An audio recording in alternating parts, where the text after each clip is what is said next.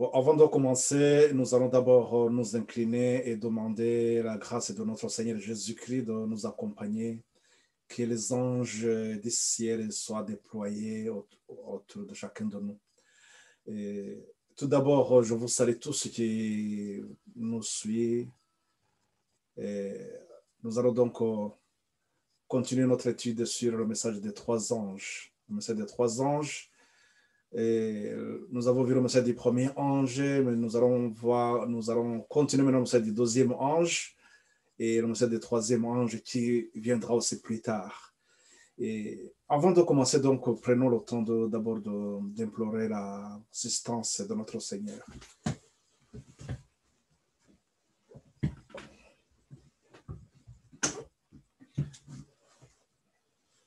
Éternel Dieu, notre Père, nous te remercions de tout ce temps que, Seigneur, que tu nous accordes. Nous te remercions pour ce saint jour du sabbat. Père, merci de nous assister, de nous accepter malgré notre indignité.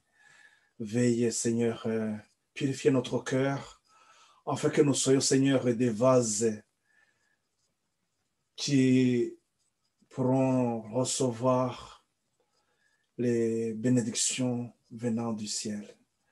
Merci, Seigneur, d'assister nos frères et sœurs qui sont dans les coins les plus reculés. Je remets dans tes mains, Seigneur, ceux qui vont suivre cette étude et ce message de deuxième ange, pour que nous puissions, Seigneur, comprendre la portée de ces messages. Merci, Seigneur, de tout ce que tu pourvois pour le bien-être de chacun de nous. Au nom et pour la gloire de notre Seigneur Jésus-Christ, nous t'en prions. Amen.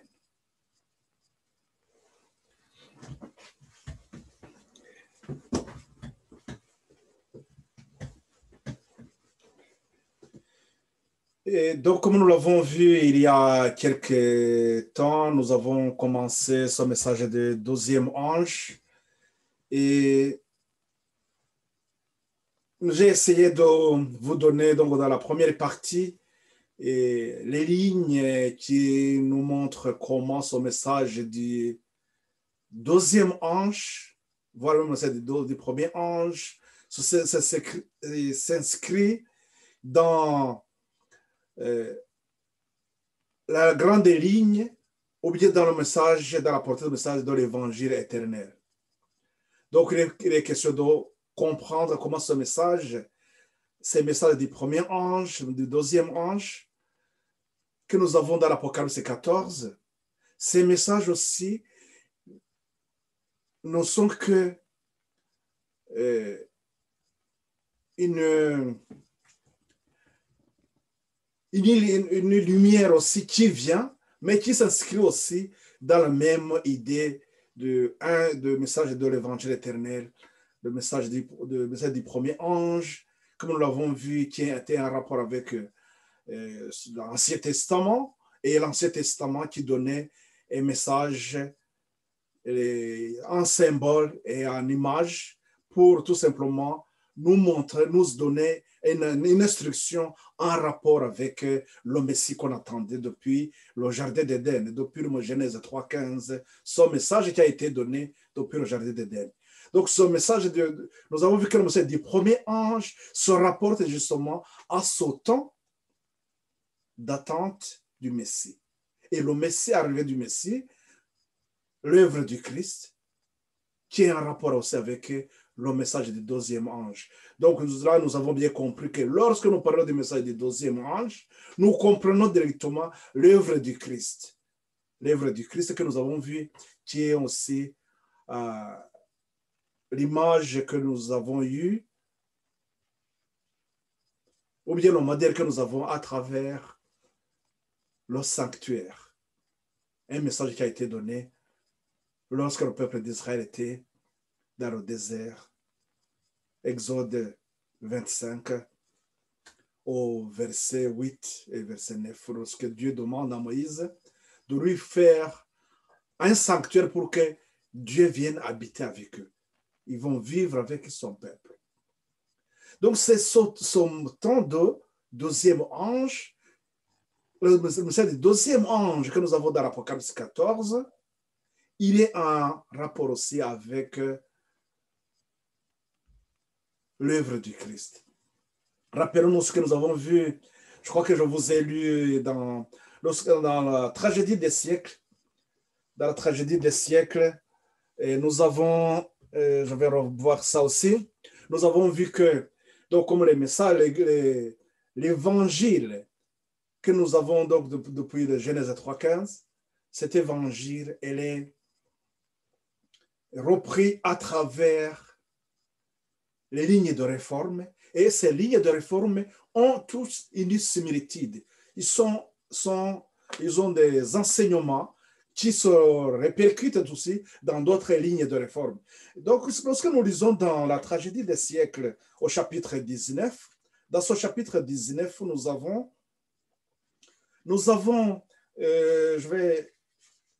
quelques points quand même qui vont nous aider à comprendre, qui vont nous permettre de comprendre comment nous avançons dans ces lignes de réforme, ou bien comment la lumière s'établit. Donc, on nous dit que le chapitre 19, donc on nous parle de lumière et ténèbres. On nous dit qu'une grande analogie caractérise les réformes qui, de siècle en siècle, jalonnent les progrès de l'œuvre de Dieu. Étant donné que les voies divines sont immuables et que les mouvements importants du temps présent trouvent leur parallèle dans l'histoire, les péripéties de la vie de l'Église au siècle passé nous offrent de précieux enseignements. Nous comprenons par là que les grandes lignes de réforme que nous avons dans l'Ancien Testament, ils ont des enseignements. Voilà pourquoi, quand je vous disais que le message du premier ange, qui a un rapport avec ce temps dans l'Ancien Testament, donc dans cette grande ligne, et nous avons des leçons en rapport avec le message du premier ange d'Apocalypse 14. Et le message du deuxième ange, dans cette ligne de réforme des Mérite, l'histoire des Mérite, nous avons aussi le parallèle avec ce qui se passe dans d'autres lignes de réforme, entre autres, donc l'œuvre du Christ, ou bien cette ligne de réforme de Christ. Quand on nous parle de ligne de réforme de Christ, nous comprenons par là aussi que nous avons Jean-Baptiste qui a fait le message du premier ange, qui a appelé à la repentance pour que les gens se mettent dans les bonnes dispositions pour recevoir leur Seigneur. Le Seigneur qu'on attendait depuis le jardin d'Éden. Et donc, pour comprendre ce temps, donc nous allons, je vais vous donner à ceux qui me suivent sur, comme d'habitude, donc on va utiliser aussi sur le Zoom pour que nous puissions aussi suivre l'étude. Après, vous pourrez suivre aussi selon votre temps dont vous disposez. Donc, ce message du deuxième ange, qui a un rapport donc avec l'œuvre du Christ, nous comprenons que nous devons voir les similitudes aussi qui sont dans d'autres lignes de réforme. Entre autres, on peut voir la ligne de réforme de Jésus, ou bien l'histoire de la nation juive nous renseigne sur cette ligne de réforme qui est dans l'Apocalypse 14. Donc, c'est le message du deuxième ange, dans l'Apocalypse 14, tire aussi des leçons, nous tirons des leçons aussi de l'histoire de la nation juive. Et l'histoire des Milérites aussi, cette histoire donc des Milérites, va nous apporter aussi des enseignements qui vont nous aider pour comprendre la dernière ligne de réforme, qui se prépare à faire face à la bête et son image. Donc, le message du deuxième ange, il nous est dit elle est tombée, Babylone, la grande. L'Apocalypse 14 au verset 8. Ce message, il est en rapport aussi donc l'avertissement rejeté. Nous avons vu que la carte de 1843, sur cette carte, il y avait quoi? Les prophéties de Daniel et les prophéties d'Apocalypse. Et nous avons compris l'importance de cette lumière sur l'Apocalypse, que ce sont des signes, des poteaux indicateurs qui nous montrent là où nous sommes dans le temps. Nous avons lu dernièrement, dans l'événement des derniers jours, je vais vous rappeler ça aussi, au point 18, donc ce que nous pouvons, à la page 17, la page 18, oui, la page 18, où nous avons vu que ceux qui se placent sous le contrôle de Dieu, afin d'être conduits et dirigés par lui, comprendront l'enchaînement régulier des événements qu'il a prévus et ordonnés. Donc nous avons quoi? Il y a des prophéties, des événements qui sont prévus et qui sont ordonnés. Et ces prophéties, on ne peut le comprendre qu'à travers les prophéties des temps. En parlant des prophéties des temps, nous comprenons directement les prophéties de Daniel. Au point 18, dans le médoc de l'événement des derniers jours, à la page 18, prenons le point 18 qui nous dit aussi, nous sommes appelés à constater dans l'histoire l'accomplissement de la prophétie, à étudier les œuvres de la providence dans les grands mouvements de réforme et à comprendre la progression des événements dans les préparatifs des nations pour le conflit final de la grande tragédie des siècles. Nous devons comprendre quoi encore? Nous devons comprendre l'enchaînement ou bien la progression des événements dans les préparatifs des nations, dans ce grand conflit. Nous comprenons par là l'Apocalypse, par exemple, 13, l'accomplissement. Comment le monde coalise pour faire face à la lumière, pour contraindre la lumière, le dernier, l'avertissement au monde qui perd. Donc nous comprenons aussi que c'est l'évangile, c'est-à-dire que l'évangile qui est donné dans l'Ancien Testament, le message donc du premier ange qui se rapporte à le traitement du péché, donc l'autel de sacrifice, ce que nous avons vu que c'était pour préparer le monde, l'humanité, à accueillir le Messie qui, dans son œuvre, donc se rapporte à l'œuvre du deuxième ange. Après le deuxième œuvre du deuxième ange, nous avons donc le jugement. L'évangile donc éternel, comme nous l'avons dans Genèse 3,15, il se décline donc dans ces trois grandes phases.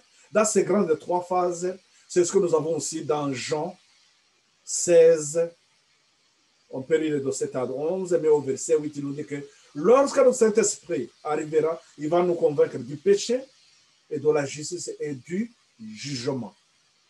Donc, le message d'Apocalypse, c'est 18 aussi. Plutôt, l'Apocalypse, c'est 12. Donc, 1 à 18, on nous rapporte aussi toujours dans le jugement. Là, vous pouvez voir ça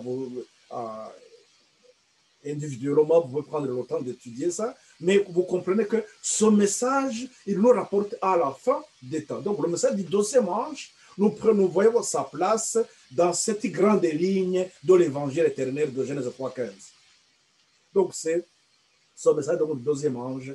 Comme nous l'avons vu qu'il y a une similitude dans les grandes réformes, donc cette grande réforme de la grande réforme de Jésus, à son arrivée, nous avons dans les mêmes similitudes, nous avons les similitudes aussi dans le message du deuxième ange d'Apocalypse 14.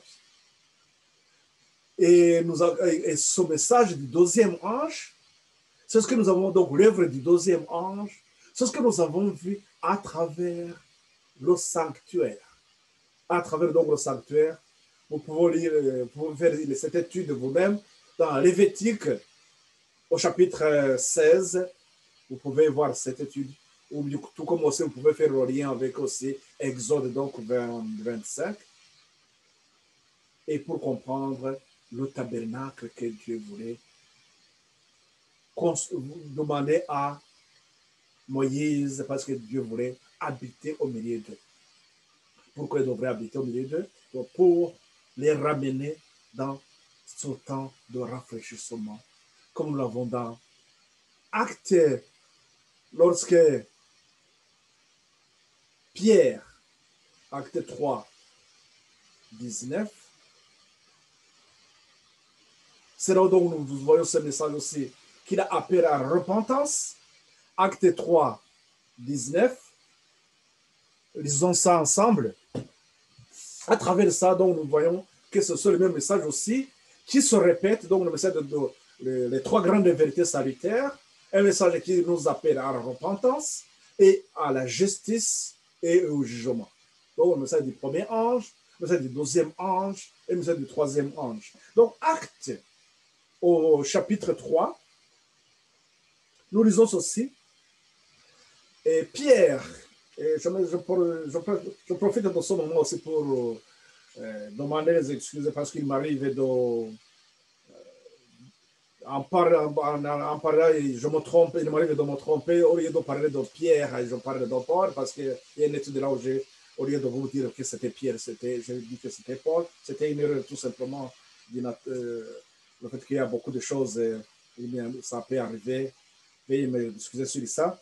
Et donc là, Pierre, lorsque il s'adressait à cette nation juive qui venait de condamner le Messie, qui avait refusé Christ. Et on peut commencer par le verset, au verset 16.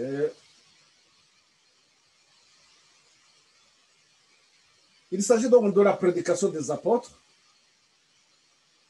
la guérison d'un boiteux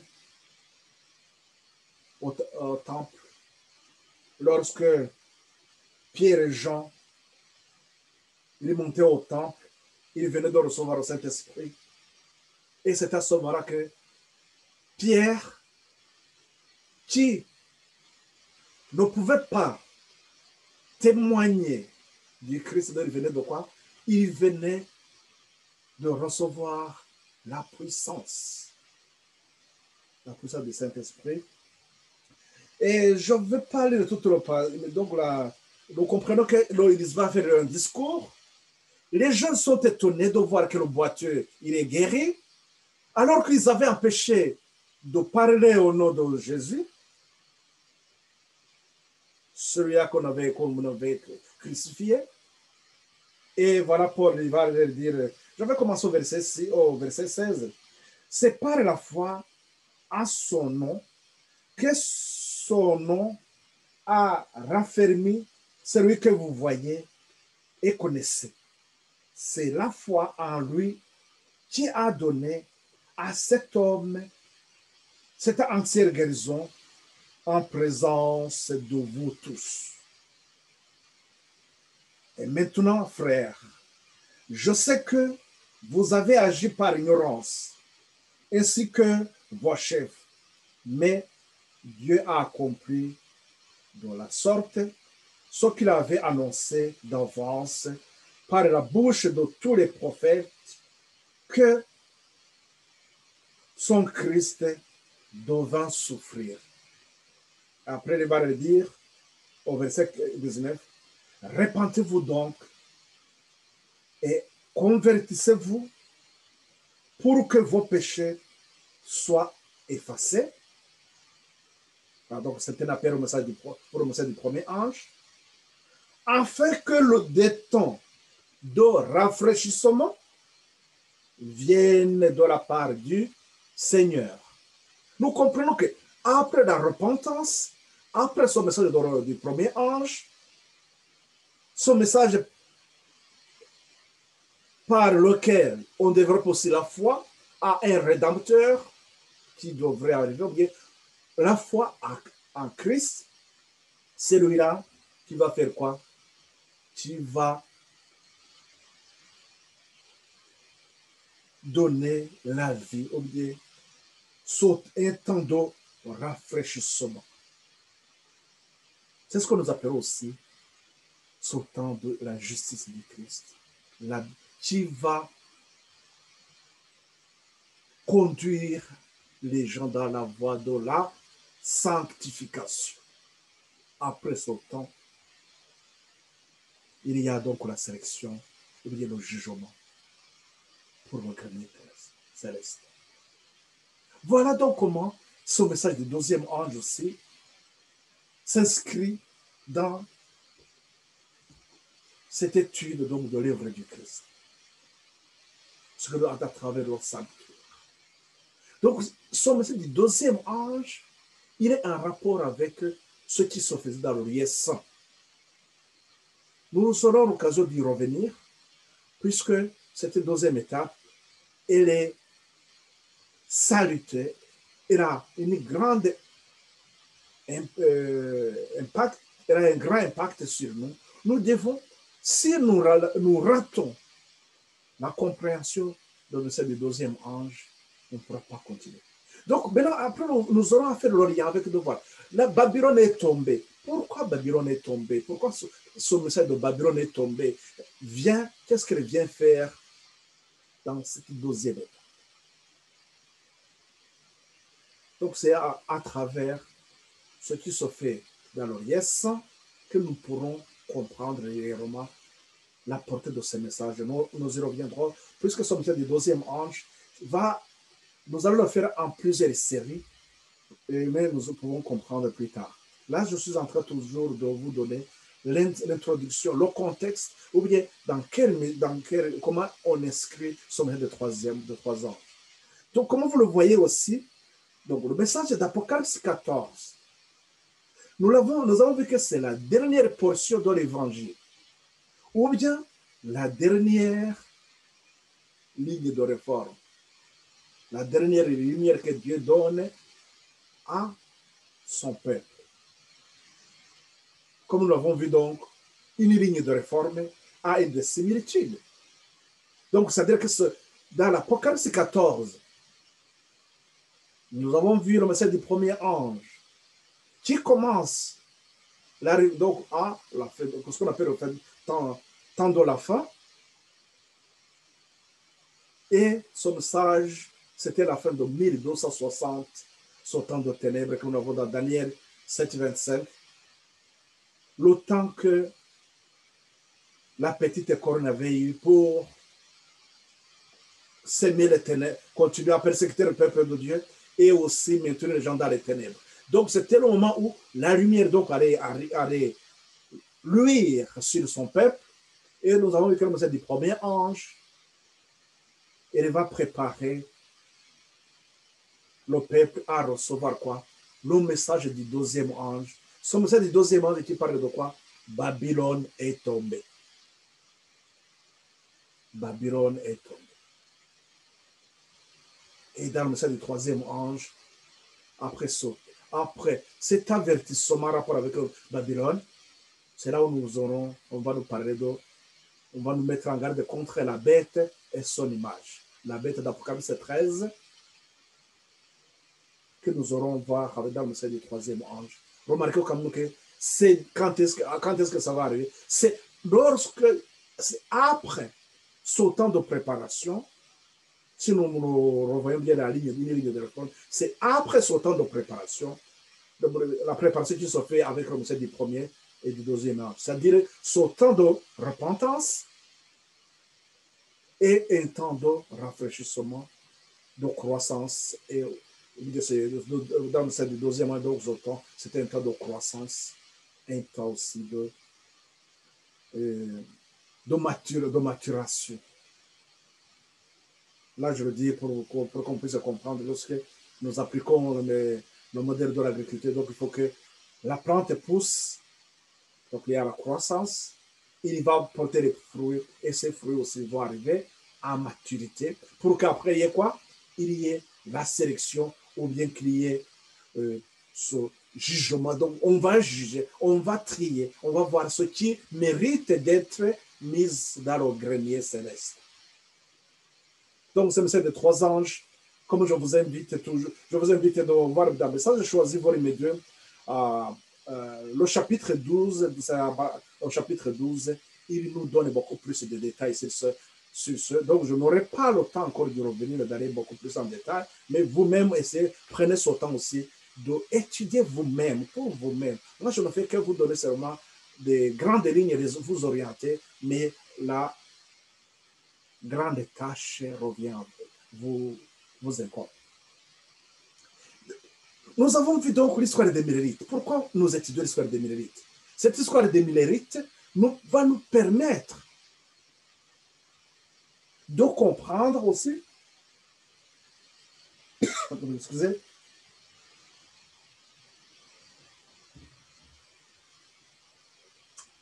bon, l'histoire des Millérites, qui a rapport donc dans cette ligne de réforme que Dieu a suscité pour préparer un peuple qui va préparer le monde au retour du Christ, rencontrer le Seigneur qui revient. Ce peuple, dans les préparatifs, ils vont suivre toujours les mêmes logiques de ligne de réforme, un temps de repentance et un temps aussi de message un temps de rafraîchissement, ou bien un temps de communion avec Christ. Son peuple va faire l'alliance avec Christ. Ils vont rentrer dans la justice. Ils vont faire quoi encore? C'est à travers la vérité que nous sommes sanctifiés. Jean 17 et 17, il est dit ceci, Jean 17 et 17, qu'est-ce qu'il nous a dit? Sanctifié par ta parole.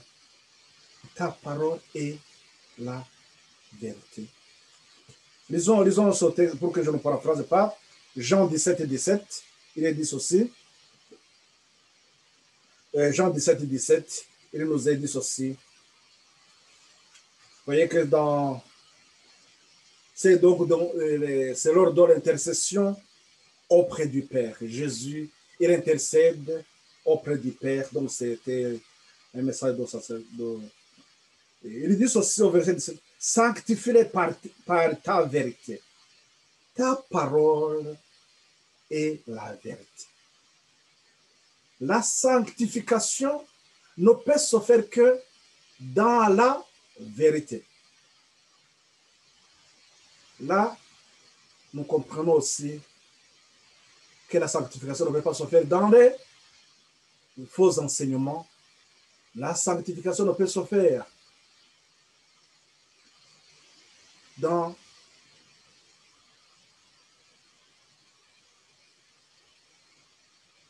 les traditions. La vérité, rien que la vérité. Nous verrons ça lorsque nous revenons aux trois éléments que nous avons dans le lieu saint. Ces trois éléments dans le lieu saint nous donnent un enseignement, la façon dont nous marchons dans la voie de la sanctification. Ça nous donne un enseignement sur l'œuvre qui nous est demandée dans cette étape du deuxième ange, la voie de la sanctification. Encore, sanctifie-le par ta vérité. Ta parole est la vérité. Donc, on ne peut pas l'avoir dans la sanctification. Dans le lieu saint, c'est quelqu'un qui entre dans le lieu saint, c'est quelqu'un qui est sanctifié. Donc, quelqu'un qui n'est pas affermi dans la vérité, qui n'est pas dans la parole de Dieu, celui-là ne peut pas conduire l'œuvre de la sanctification. On y reviendra. Donc, tel que nous l'avons, donc le message du premier ange, nous avons vu comment il va se terminer. Et le message du premier ange, qui est l'arrivée du premier ange, nous avons vu que c'était William Miller. William Miller qui commence l'étude et qui va étudier Daniel 8, 14 et qui va trouver une lumière comme quoi 2300 soirs et matin, ce qui se termine qui se termine en 1843, 1844, 1843, selon ce qu'il dit dans sa compréhension. C'était donc à la fin de 2360 soirs et matin, qui allait se terminer en 1843. Pour lui, c'était l'arrivée, le Christ revenait. Donc ça, nous avons vu ça. Et son message a été amplifié par Josiah-Litch. Nous avons vu l'amplification de son message. Mais après cette amplification, il y avait la carte de 1843. 1843, parce que cette carte aussi, il se rapportait à la fin de 2300 soirs et matin. C'était une carte sur laquelle nous avons les prophéties de Daniel et les prophéties d'Apocalypse. Et ces prophéties, comme nous l'avons vu que ces prophéties des temps et sont là pour nous aider à voir clair là où nous allons, pour comprendre les événements, pour comprendre le temps dans lequel nous vivons.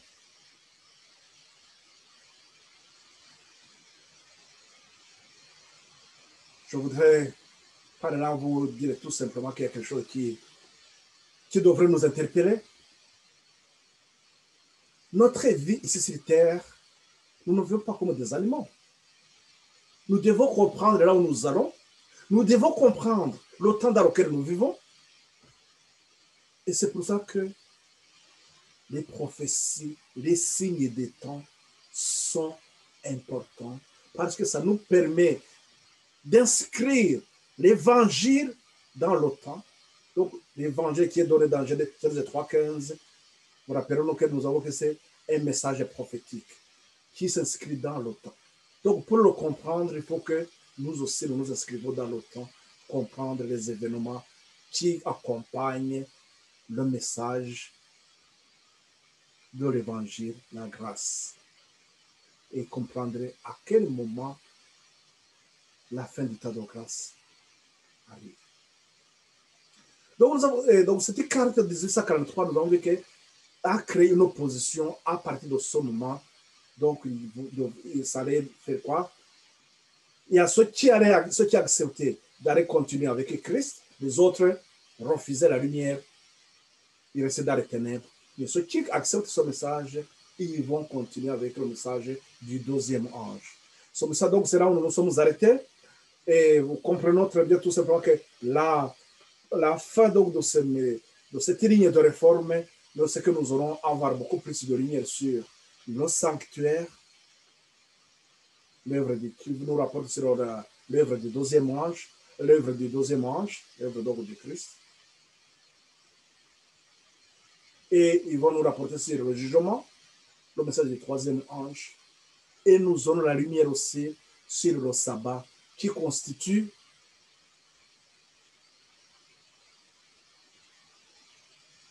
le grand test qui est devant nous, qui va séparer aussi ceux qui obéissent à Dieu ou bien ceux qui vont s'agenouiller devant la bête. Donc c'est là où nous avons le problème, le conflit qui va bientôt surgir entre le sabbat et le dimanche. Le dimanche, Sunday, le jour du faux Dieu, le soleil.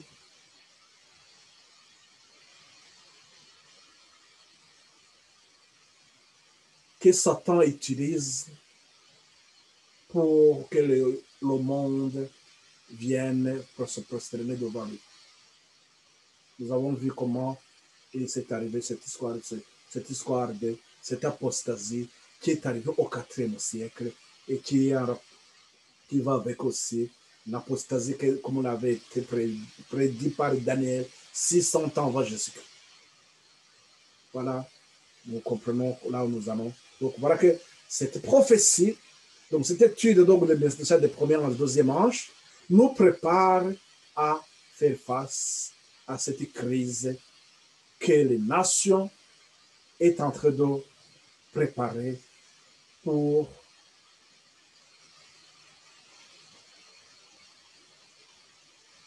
chercher à s'opposer à Dieu. Donc, ce sont les instruments de Satan. Et dans son message du deuxième ange, comme dans le message du premier ange, il y avait William Miller qui a été amplifié par Josiarich. Donc, c'est-à-dire que nous avons les deux, William Miller et Josiarich, qui font le message du premier ange. Et il y a Charles Fitch et Samuel Snow aussi, qui font le message du deuxième ange. C'est-à-dire que là, nous allons, dans ce message, dans cette histoire des Millérites, nous allons, avec le message du deuxième ange, nous allons comprendre avec ce qui se passe avec Charles Fitch qui amène donc cette carte de 1843 et qui va aussi annoncer le message Babylone est tombée. Et nous verrons ce que Samuel sinon apporte aussi dans son message du deuxième ange pour préparer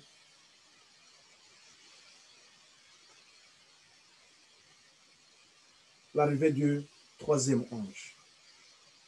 Alors, donc, c'est là où on parle de l'avertissement rejeté. Cet avertissement rejeté, comprenons tout simplement que nous avons aussi, c'est là, ces prophéties de Daniel que nous avons sur la carte de 1843. Lorsque nous avons vu par similitude, nous avons vu que le fait que la nation juive a rejeté les prophéties de Daniel qui sont rapportées à l'arrivée du Christ, donc les prophéties de Daniel 9 qui sont rapportées à 70 semaines, le fait de rejeter cette lumière, ils sont tombés dans l'obscurité. Ils ne pouvaient pas comprendre l'arrivée de le Seigneur. De même, ceux qui ont rejeté la carte de 1843 ne pourront pas comprendre les événements, la lumière qui arrive, qui nous prépare l'Église à rencontrer Christ à son retour. Donc, ils avancent à l'aveuglette. Ils ne peuvent pas comprendre les événements dans lesquels nous vivons aujourd'hui. Et ils ne pourront pas, bien sûr, donner l'avertissement puisqu'ils ne comprennent rien de ce qui se passe aujourd'hui. C'est pour cela que, à la fin de son message du premier ange, comme je vous l'avais dit depuis, ceux qui n'acceptent pas le message du premier ange ne pourront pas accepter justement cette lumière de 1843. Ces prophéties de Daniel l'Apocalypse. La carte de 1843, la servante du Seigneur nous confirme ça aussi, qu'elle a vu j'ai vu que ceux qui avaient fait la carte de 1843 avaient été dirigés par le Seigneur et qu'elle ne devait pas être modifiée. Les chiffres étaient exactement ce qu'il désirait qu'ils fussent. Sa main cacha quelques erreurs de certains chiffres, de sorte que personne ne put s'en apercevoir jusqu'à ce que sa main se fût retirée. Nous avons ça dans les premiers écrits à la page 74, au deuxième paragraphe. Pourquoi donc cette carte de ça? Il y avait quelques erreurs dans ce que nous verrons plus tard, mais Dieu l'avait fait comme ça. Puisque chaque message a sa portée, le message du premier ange qui appelait les gens à la repentance, c'était si les gens, ceux qui ont compris son message, ils se sont repentis justement, mais ils ont montré leur sincérité et ils pouvaient continuer avec Christ. Rappelons-nous ce que nous avons vu.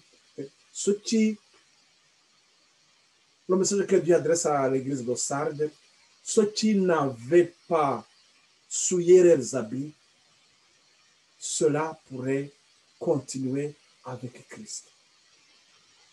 Dans le message du deuxième ange. La portée donc du message de Muller, c'était pour réveiller le monde. En prêchant la doctrine du retour du Seigneur, William Muller et ses collaborateurs n'avaient eu d'autre objet que de réveiller le monde et de l'aider à se préparer en vue du jugement.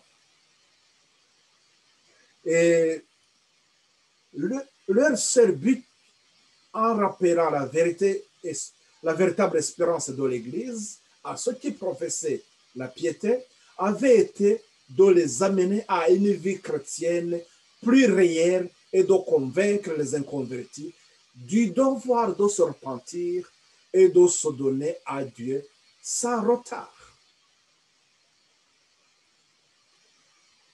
Ils ne songèrent pas à recruter des adhérents à une secte ou à un parti religieux. Ils travaillèrent parmi tous les partis et toutes les sectes sans s'ingérer dans leur organisation ou leur discipline.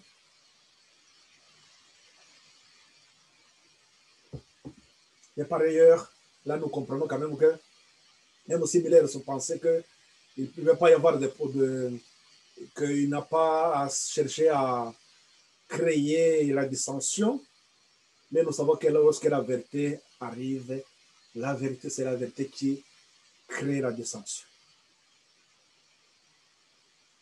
Puisque nous comprenons que c'est une lutte. C'est entre Satan et Christ. Il y a ceux qui vont rester dans les mains de Satan. Il y a d'autres qui vont écouter, qui vont suivre la lumière que Christ apporte.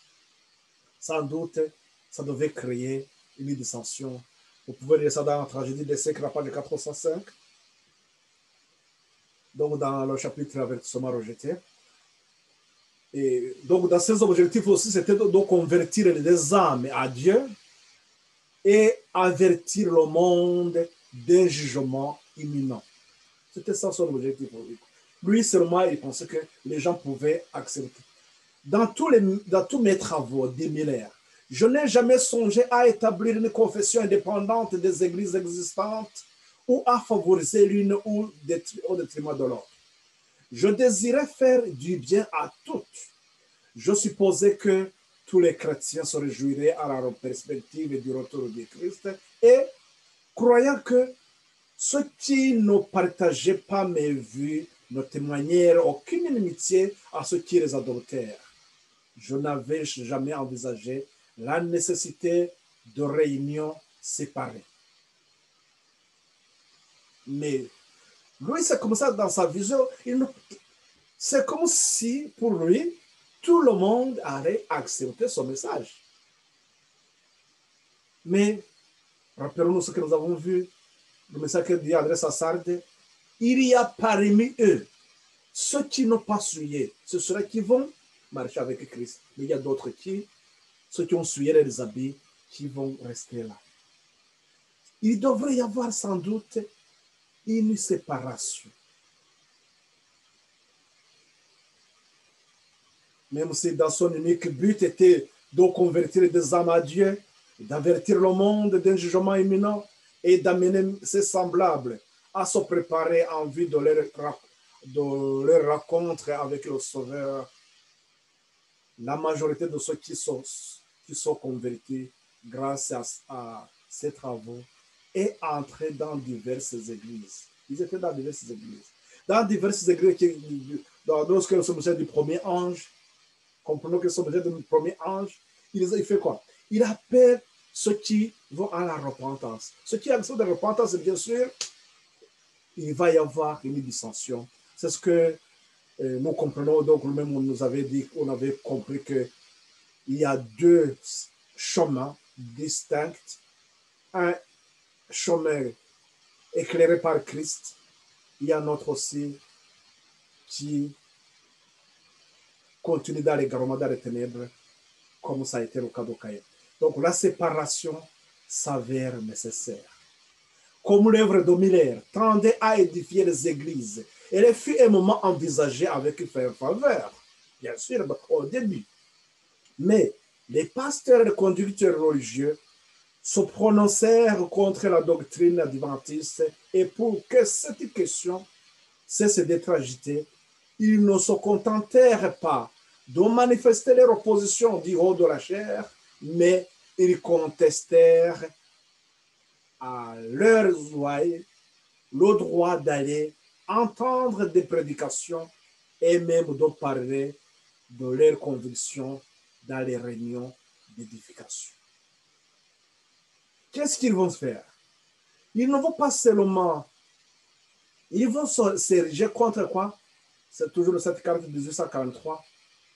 Ils ne vont pas accepter ce message de Daniel 8 et 14 qui parle de retour de Christ.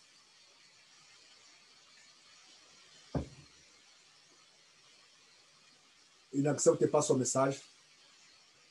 Et ils vont empêcher aussi les membres de leur congrégation de ne pas assister à des rencontres d'édification ou dans des conférences pour que les gens, pour qu'ils les éclairent sur ces points.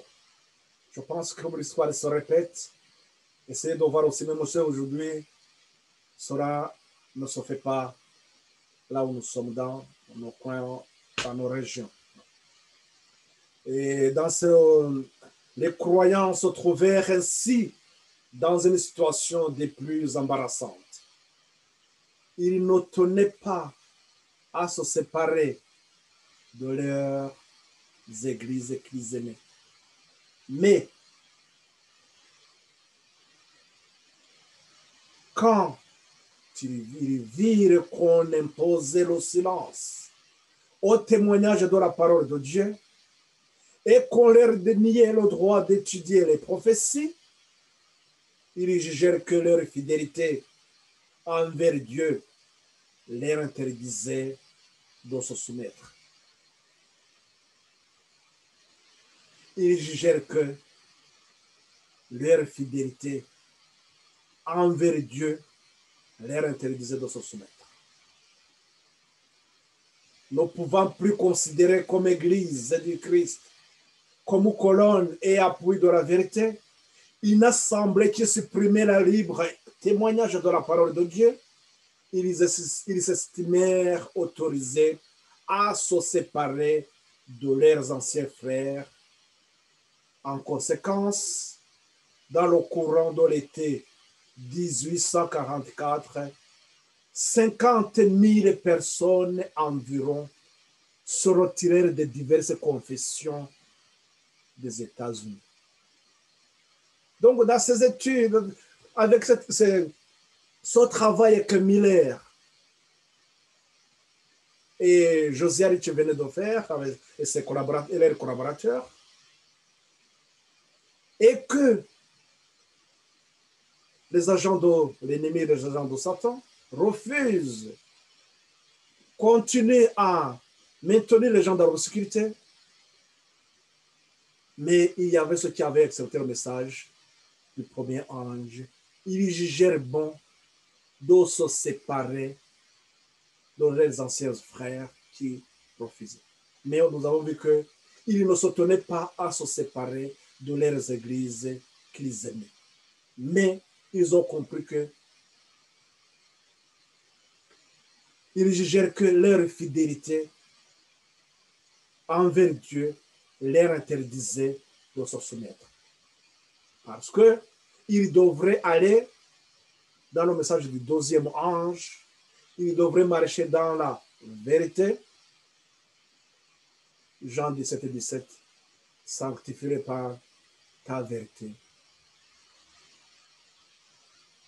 Sanctifie-les pas dans la vérité. Ta parole est la vérité. Donc, ils estimèrent, ils jugèrent bon. Ils jugèrent que leur fidélité envers Dieu leur interdisait de se soumettre, ne pouvant plus considérer comme église du Christ, comme colonne et appui de la vérité, une assemblée qui supprimait le libre témoignage de la parole de Dieu.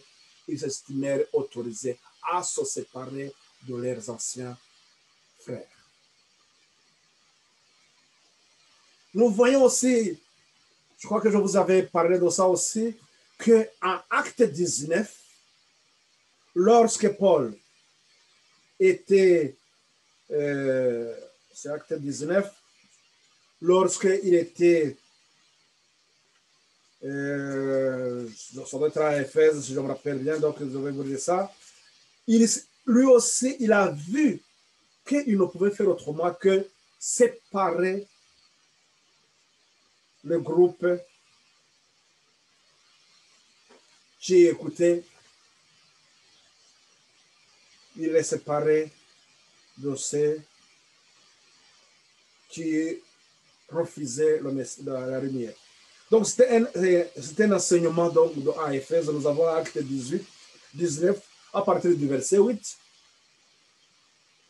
Et je vais pas lire au verset 9, c'est là où il dit « Mais comme quelques-uns restaient endurcis et incrédules, décriant devant la multitude de la voix du Seigneur, il se retira d'eux, sépara les disciples et enseigna chaque jour dans l'école dénommée Tyrannie. » Voilà que même Paul a vu que cette séparation était nécessaire. Là, nous avons vu que dans toutes ces églises qui ont reçu le message du premier ange, mais qui ont écouté le message du premier ange, il y a eu 50 000 personnes qui sont retirées de ces diverses confessions des États-Unis. Donc, ils vont fermer quoi? Ce sera ces 50 qui vont rentrer dans le message du deuxième ange, comme nous l'avons vu, que ce sera qui accepte ce message adventiste, ce message de retour de Christ, qui accepte la carte de 1843 comme une vérité, et ils vont marcher avec Christ selon le message que Dieu adresse à Sardes.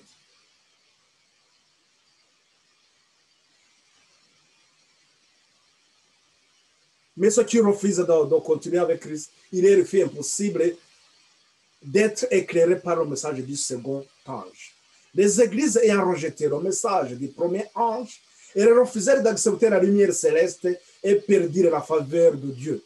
Elles mirent leur confiance dans leur propre force. En s'opposant au premier message, elles se placèrent dans une condition telle que il leur fut impossible d'être éclairés par le message du second ange. Mais les bien-aimés de Dieu, opprimés, acceptèrent le message, Babylone est tombée. Et ils quittèrent les églises. Ce sera les 50 qu'on vient de voir. Ces bien-aimés, même opprimés dans les églises, ils acceptèrent le message, Babylone est tombée. Ce message de Babylone est tombé. Nous allons voir, je reviendrai, ne vous en faites pas. Retournons tout simplement. Mais nous, quand on parle de Babylone, rappelons-nous ce que nous avons vu. Babylone de Nebuchadnezzar. Et le Babylone qui est tombé. Nous rappelons-nous aussi qu'il y a la tour de Somo Babylone, il est en rapport avec la tour de Babel. Avec la tour de Babel, faisons le lien aussi avec leur divinité, le soleil. En faisant le lien avec leur divinité soleil, comprenons aussi Sunday, le jour du soleil, le dimanche.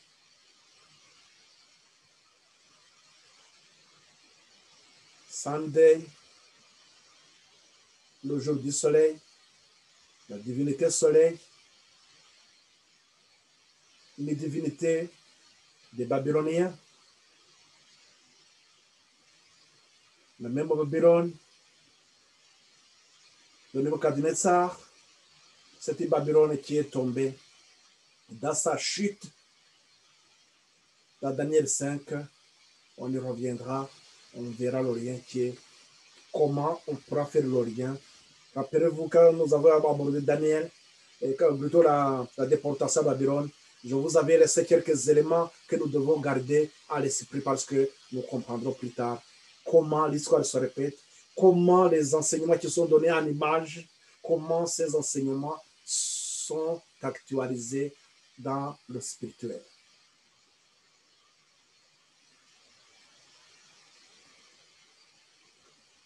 Donc, c'est bien aimé de Dieu. Au premier accepter le message, Babylone est tombé. Il quittait les églises. Je reviens encore à ce message. Ceux qui n'ont pas souillé les habits, comme nous l'avons dans l'Apocalypse 3, 4, le message que Dieu adressait à Sardes, ces protestants, ceux-là qui n'ont pas souillé les habits, c'est cela que nous venons de voir qui étaient, ces 50 000 qui sont sortis de ces différentes dénominations. Quand on parle de différentes dénominations, là on peut parler de l'église baptiste, on peut parler de l'église méthodiste, on peut parler de l'église presbytérienne. Toutes ces églises évangéliques qui étaient dans l'Amérique,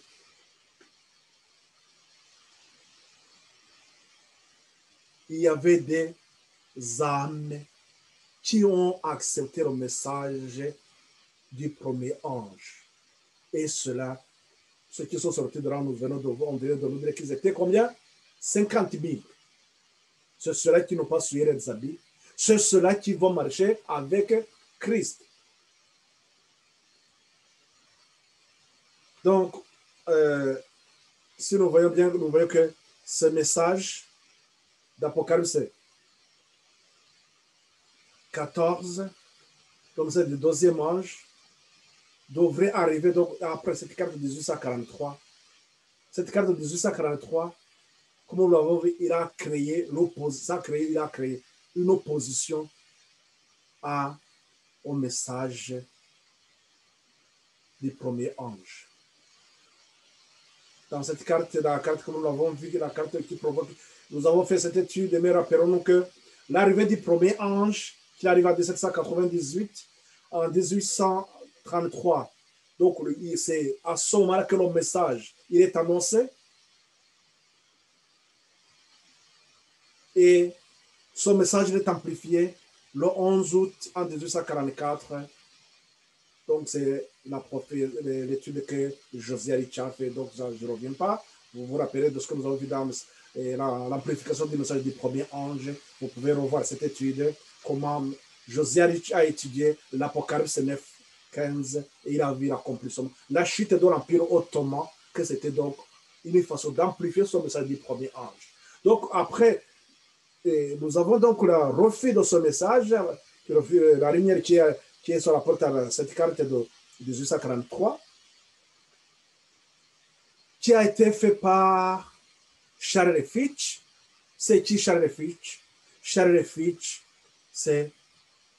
il était pasteur dans l'église presbytérienne. Je salue les presbytériens qui m'écoutent, parce que moi-même j'étais dans l'église presbytérienne.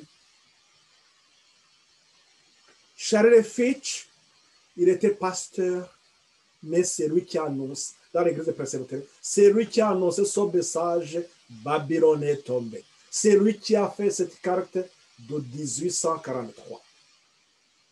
Comme nous l'avons vu que Dieu l'a inspiré, il a fait cette carte de 1843. Et voilà que c'est son message qui a créé la séparation. Le refus de cette carte. Et cette carte, donc, elle a été établie donc, au mois de mai, en 1842. On nous dit qu'il y avait plus de 700 prédicateurs qui allaient annoncer ces messages. Donc, en faisant cette carte, on a distribué ces cartes donc, à ces 700 prédicateurs. Ils se sont répartis dans toute l'Amérique, dans ces églises. Et voilà que s'ils ont pu comprendre, donc annoncer cette vérité. Et cette carte, donc, préparée aux gens donc, de rentrer dans le message du deuxième ange. Cette carte, elle annonce, donc, nous parlons de cette carte de 1843. Elle s'appelle 1843 parce que l'étude que Miller avait fait, il avait dit que la fin de 2300 soirées matin, c'est arrivé donc en 1843. 1843, il n'avait pas une date précise. Dans cette date, lui seulement, il savait que... Donc, ça veut dire que pour déterminer à quel moment il faudrait donc prendre son temps, dès que l'année 1843 commence, il faudrait continuer à attendre toute une année, voire à quand est-ce que, jusqu'à ce que justement, à la fin de 1843, lorsqu'il nous voit, jusqu'à ce qu'ils se rendent compte que Christ ne pouvait pas revenir à ce moment-là. Ça, je reviendrai parce que nous allons parler de désappointement, de la deuxième partie. C'est là où nous allons aborder ces calculs qui ont été, donc sur ce temps d'attente, nous allons voir ça dans le désappointement, dans la partie qui va suivre, dans la partie qui va suivre cette présentation. Mais ce que je voudrais souligner, c'est qu'au mois de juin, en 1842, et c'est à ce moment-là que la porte se ferme. Qu'est-ce qui se passe quand on parle de la porte fermée? La porte s'est fermée parce que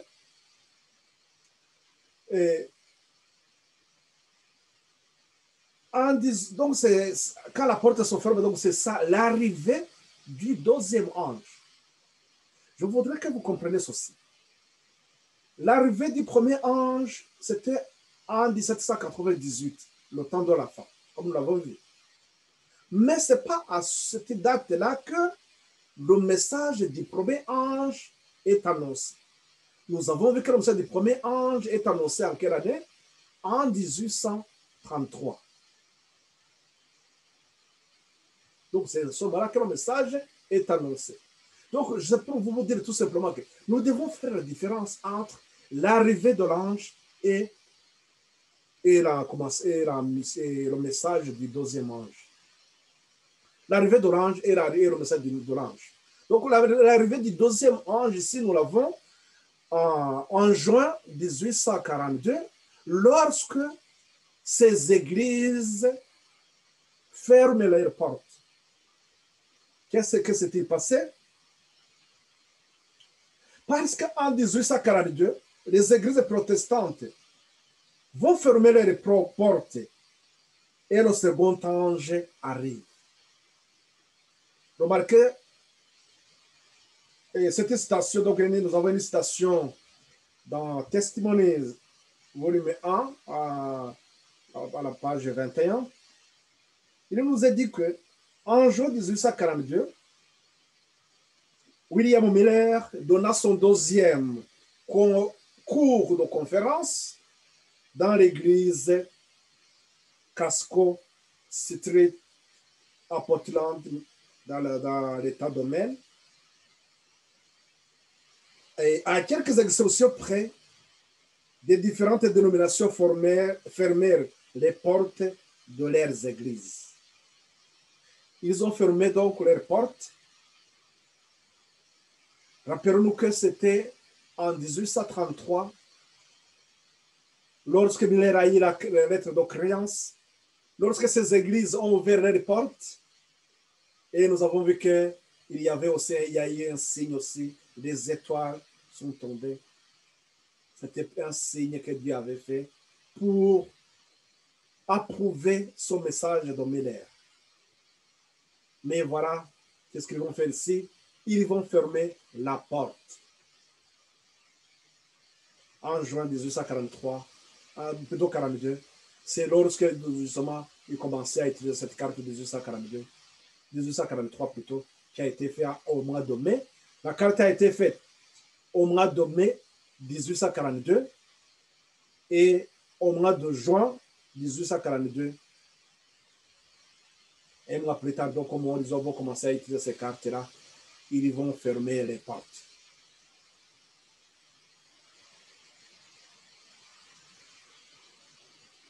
Donc, c'est vrai que tout à l'heure, quand nous avons vu que la servante du Seigneur a confirmé que cette carte, il y a même aussi dans les chiffres, il y avait les chiffres qui n'étaient pas exacts. Et il y avait, nous allons voir ça plus tard. C'est pour cela que nous avons la carte de 1843 et de 1850, parce que la carte de 1850 a apporté quelques modifications, entre autres. C'était pour comprendre que c'est la fin de 2300 soir et matin. Ce n'est pas en 1843, mais c'était en 1844. Qu'est-ce qui s'est-il passé? C'est que lorsque, avec l'arrivée du deuxième ange, donc ils ont connu le désappointement le 22 mars en 1843. Pourquoi le 22? C'est parce que l'année se terminait le 21 mars. Donc, le fait qu'ils ont pris toute une année dans l'attente, mais ils n'ont pas vu. Le lendemain, donc, ils se sont dit non, peut-être qu'il y a un problème. C'est à partir de ce moment-là qu'ils ont compris qu'ils se sont trompés dans les calculs. C'est à ce moment-là qu'ils ont compris que la date, le début, et ils ont compris que ça va se terminer en automne.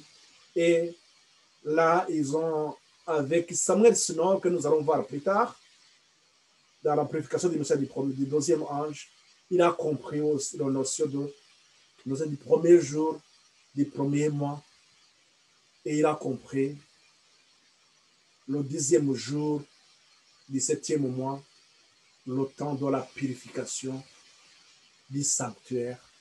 On revient à message du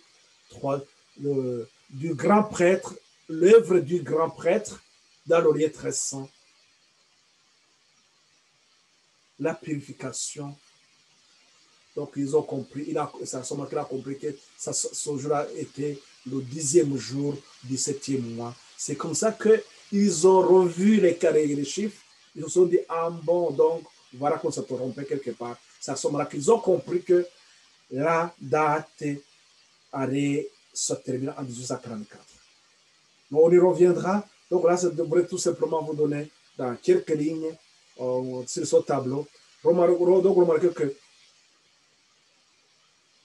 lorsqu'on annonce le message, Babylone est tombée,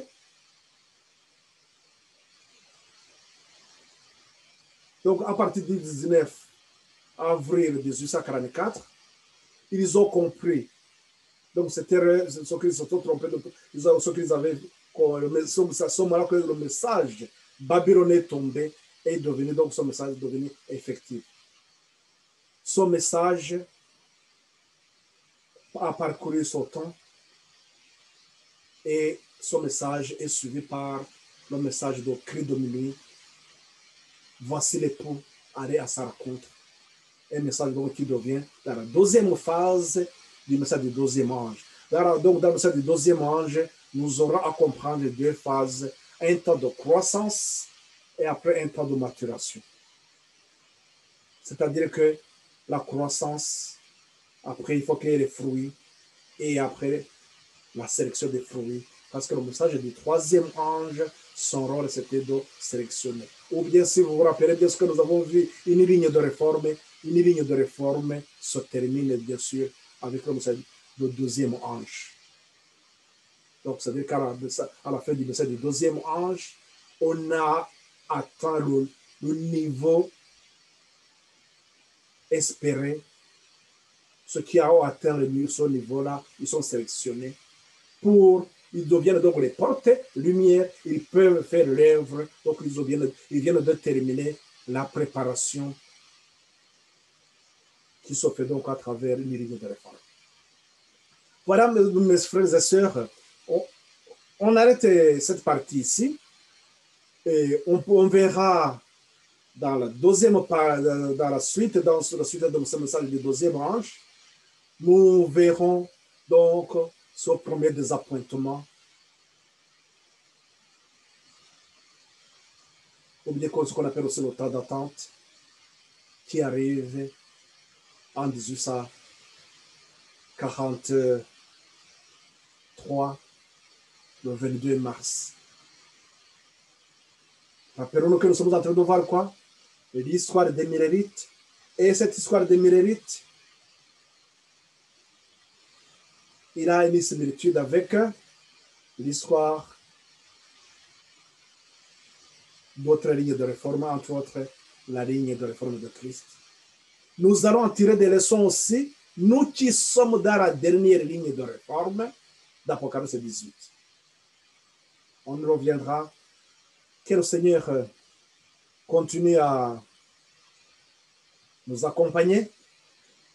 J'aimerais bien que nous prenions le temps et comprendre cette partie, mes frères et sœurs.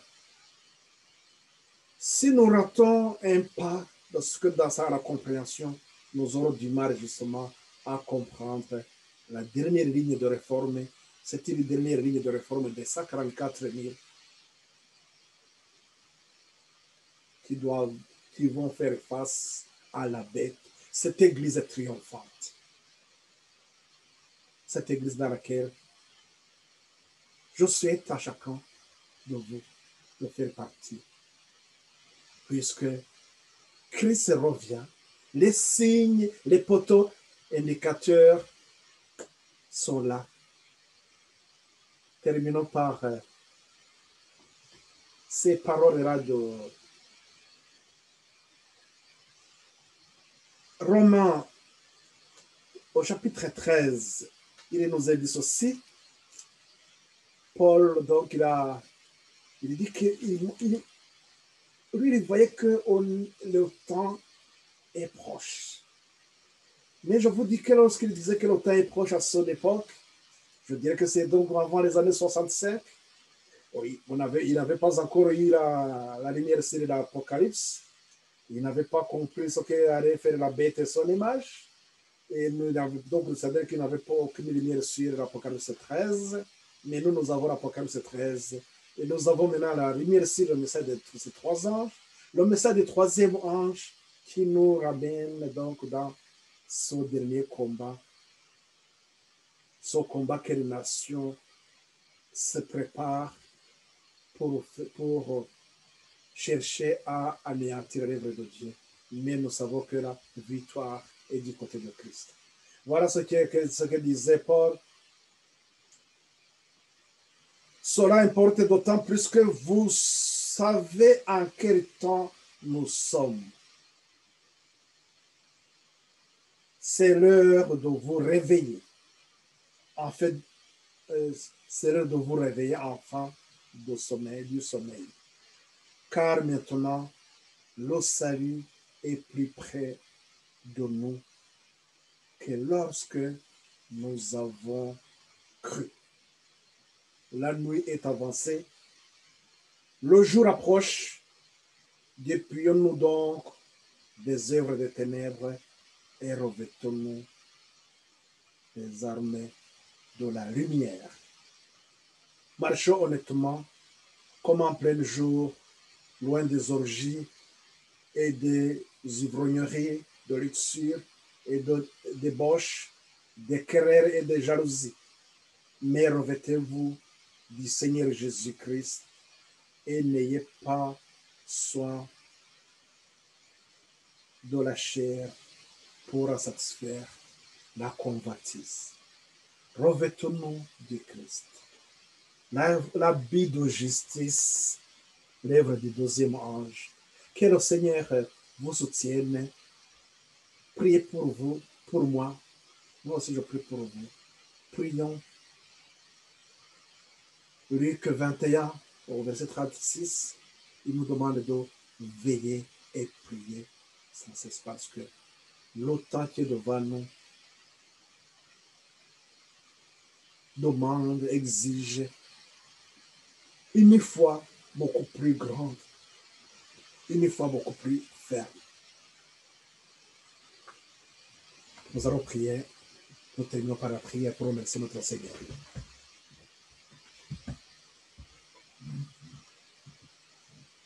Père éternel, nous te sommes encore infiniment reconnaissants, Seigneur. Merci de ce temps, merci des bénédictions que tu nous accordes, merci de cette nourriture spirituelle que tu viens de nous donner, Seigneur. Nous comprenons davantage combien nous avons une part dans cette voie de la sanctification.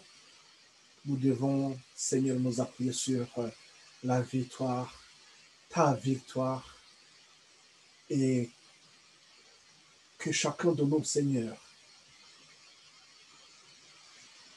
se réveille,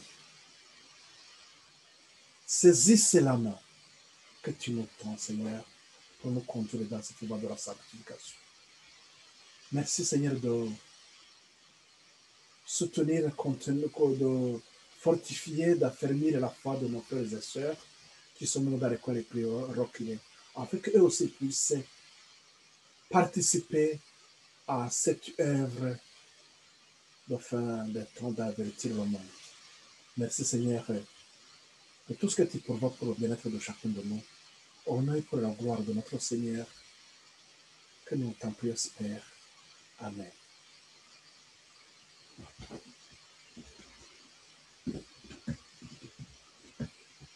Donc, merci et à bientôt. Nous aurons encore une autre occasion de continuer la partie qui va nous parler. Donc, nous allons suivre toujours les pas, voir le désappointement, voir ce qui s'est passé. Cette histoire de mérite qui nous enseigne sur ce qui nous donne les enseignements sur notre dernière génération.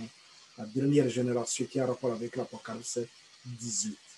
J'insiste beaucoup sur ça, puisque la plupart de ceux qui ont commencé au séminaire des 3 anges, là je parlais des adventistes surtout, et on voit que la lumière s'arrête en 1844. Ils ont du mal à percer l'obscurité qui est après. Donc c'est avec le message d'Apocalypse 18 que nous pouvons comprendre cette ligne de réforme de 1844, que nous puissions comprendre. À bientôt, à la prochaine. Donc, on verra notre occasion.